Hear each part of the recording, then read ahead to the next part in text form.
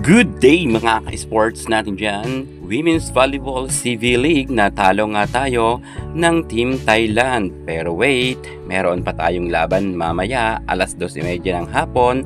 Ang Team Vietnam naman ang ating susubukin. Bagamat alam natin na malakas ang Team Vietnam, pero syempre papalag dito ang Alas Pilipinas. Hindi naman basta-basta magpapatalo ang Alas Pilipinas dahil minsanan nga lang sila magharap dahil mabilis na conference lang ang CV League. At alam natin na hindi lang ang Vietnam ang naghahabol, maging ang Team Indonesia ay gayon rin. Pero syempre alam natin na hindi magpapatalo ang Alas Pilipinas pagdating sa Team Indonesia. Sure na tayo na magwawagi tayo sa Team Indonesia. Pero syempre pagdating sa Team Vietnam, ewan ko lang kung mananalo tayo. 50-50 na manalo ang Alas Pilipinas, lalo't nariyan pa rin si T4. Well, atin munang pag-usapan ang naging individual performance ng ating Alas Pilipinas players. Sino-sino ba ang top scorer? Sino-sino ang umangat? At sino-sino ang mga medyo hindi masyado nagkaroon ng ambag sa team? Pero alam ko na papalagang Alas Pilipinas mamaya sa Team Vietnam. Unahin nga natin dito ang ating G Amazing kung saan nagkaroon lamang siya ng 1 points kontra to sa Team Thailand. At ang kanyang backup setter naman na si Mars Alba ay nagkaroon rin ng isang service ace, kung kaya meron rin siyang ambag na 1 puntos. Number 8 naman natin si Shaina Nitura, kung saan ipinasok rin siya ni Coach De Brito, nagkaroon nga siya ng 1 puntos. Number 7 natin sa listahan si Del Palomata, kung saan ang ating middle blocker na si Del ay nagkaroon naman ng 3 puntos.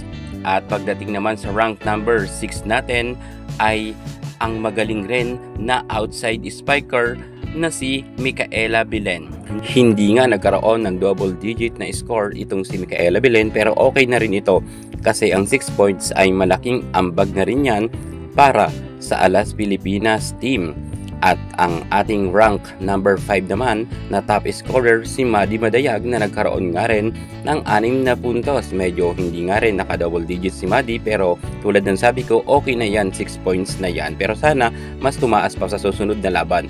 Fifi Sharma nagkaroon ng 9 points. Grabe rin, hataw na hataw rin ang mga quick attack ni Fifi Sharma. Ang 9 points na yan ay sobrang taas na rin yan. Number 3, Eya Laure. Bagamat si Laure ay madalas niyang nababash ng mga netizen, pero look naman, tingnan naman ninyo at nagkaroon nga siya ng double digits at 12 points yan. Isa rin si Laure sa nakatulong sa Alas Pilipinas. At ang rank number 2 natin si Angel Canino na humataw talaga ng gusto sa score na 16 big points. Grabe rin talaga si Angel.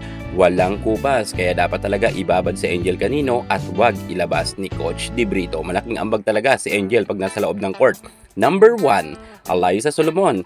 20 big points ang kanyang nabuno kahapon kontra nga sa Team Thailand. Nakipagsabayan talaga si Alyssa Solomon. Well, magaling naman talaga si Solomon at meron na siyang Best Opposite Hitter na award pagdating sa international. Kaya sana aasahan natin mamaya sa kanilang laban kontra sa Team Vietnam ay pumalag nga ang Alas Pilipinas. I hope na manalo ang Alas. At syempre, ang last natin makakalaban ay ang Team Indonesia.